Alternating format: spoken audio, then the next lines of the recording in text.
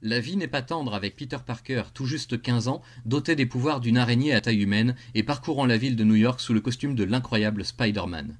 Enlisé jusqu'au cou dans une guerre personnelle contre Wilson Fisk, alias le caïd du crime, Spidey ne parvient pas à faire arrêter son ennemi malgré toutes les preuves qu'il a déjà pu fournir à la police par le passé.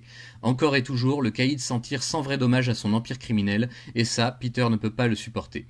Mais il va malheureusement devoir faire avec, car le monde est ainsi, cruel et cynique.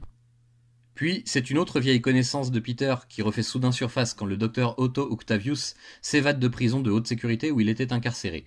Pendant qu'en ville, un énorme film de Sam Raimi est en tournage sur la vie de Spider-Man avec Tobey Maguire dans le rôle titre, Peter et Otto se déchirent dans un combat sans merci qui les emmènera jusqu'au Brésil avant que le vilain ne soit de nouveau neutralisé, peut-être pour de bon cette fois. En attendant, le docteur Octopus aura encore fait de nombreuses victimes innocentes sur son chemin, et ça aussi Peter ne peut pas l'admettre. Mais le pire reste encore à venir. Trahi par un homme de science en qui il avait foi, Spider-Man va devoir combattre une nouvelle version de la combinaison anti-cancer inventée par Richard Parker, une version beaucoup plus dangereuse et sanguinaire qui ira jusqu'à s'en prendre à ses plus proches amis. Cette nouvelle atrocité fera plusieurs victimes également, dont une qui atteindra tout particulièrement Peter en plein cœur et l'amènera à réfléchir sérieusement à la sécurité de son entourage. Comment préserver ceux qu'il aime face à autant de dangers qui apparaissent à chaque jour ? Passant de compromis en désillusion, Peter va devoir faire un choix radical pour mettre à l'abri les seules personnes qui comptent réellement pour lui. Malgré tout ce que lui dicte son cœur, il va devoir écouter sa raison et couper les ponts avec certaines personnes très proches pour qu'elles ne soient pas atteintes par le chaos entourant Spider-Man. Chaque séparation sera une blessure à vif dans l'âme de notre jeune héros, mais nécessaire pour le faire grandir et mûrir. La vie ne sera pas non plus totalement injuste avec lui, et Peter fera même de belles rencontres qui pourraient bien déboucher sur de nouvelles relations, peut-être plus sûres, plus à même de supporter le quotidien de l'homme araignée. Encore faut-il que le Shield accepte de le laisser tranquille, alors que la population de New York le voit encore comme une menace incertaine mais malaisante. La voie de l'héroïsme est parsemée d'obstacles, et ceux qu'affronte Spider-Man sont de nature à en briser plus d'un à sa place. Mais envers et contre tout, Peter Parker et Spider-Man ne font qu'un, et la leçon de vie d'Oncle Ben, durement apprise, ne cessera jamais de guider ses actes. Se relevant sans cesse, Peter affrontera chaque nouvel ennemi, chaque nouvelle tempête, en faisant face et en sacrifiant ce qu'il faudra dans sa vie pour protéger le plus grand nombre. Je dois dire que je suis vraiment très fan de la série Ultimate Spider-Man de Bendis et Bagley, peut-être même encore davantage avec ce second omnibus, pour le moment exception française, Cocorico.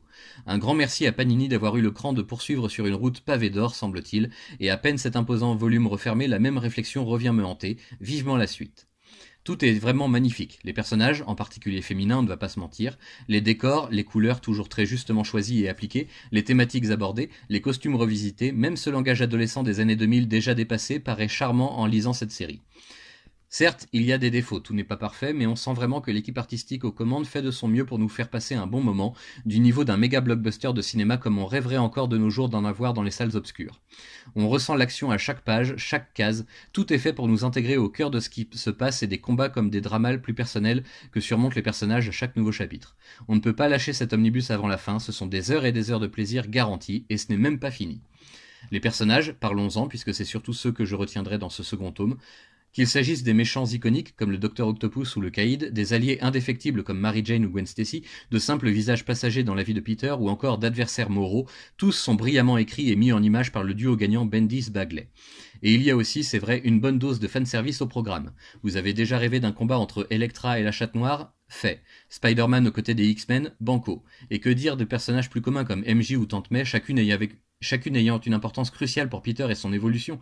Mark Bagley sait représenter les femmes de tous les âges avec le même émerveillement réservé au lectorat à chacune de leurs apparitions. Je pense notamment à son passage sur la série des Thunderbolts à la fin des années 90. À chaque époque, il renouvelle son style et joue avec les codes sociaux comme le virtuose qu'il est, à l'instar d'un Mike Deodato Jr. par exemple. Véritable caméléon du genre, il sait évoluer suivant les volontés du scénariste et associé ici à un génie comme Brian Michael Bendis, ça ne pouvait que faire des étincelles. À titre personnel, j'ai tout particulièrement aimé l'arc avec le Dr Connors, un personnage tourmenté à bien des égards et au passé trouble. J'aime le fait qu'on ne nous montre jamais cet historique que tout le monde connaît dans l'univers classique de la Terre 616, et qu'ici le lecteur soit amené à suivre les différents flashbacks pour réunir les pièces d'un puzzle toujours aussi efficace. Il fait partie des grands atouts de ce second omnibus selon moi, avec la Chatte Noire et l'évolution très osée de la relation éternelle mais éventée de Peter et Mary Jane. C'est vraiment un album, une série que l'on gardera précieusement dans sa collection et que je pourrai ressortir avec plaisir pour me replonger dans des arcs que je préfère, admirer le trait de Bagley et les dialogues ciselés de Bendis, apprécier les différents caméos, les délires des auteurs même parfois, bref, un bel objet de valeur qui appelle immanquablement une suite dans les prochains mois, donc prévoyez de la place sur vos étagères et mettez de côté sur vos comptes en banque en attendant. Et je terminerai en affirmant à nouveau qu'Ultimate Spider-Man est un point d'entrée idéal pour les nouveaux lecteurs, ainsi qu'une relecture rafraîchissante pour les plus anciens. Chacun y trouvera de quoi se satisfaire, et c'est ça qui est le plus génial.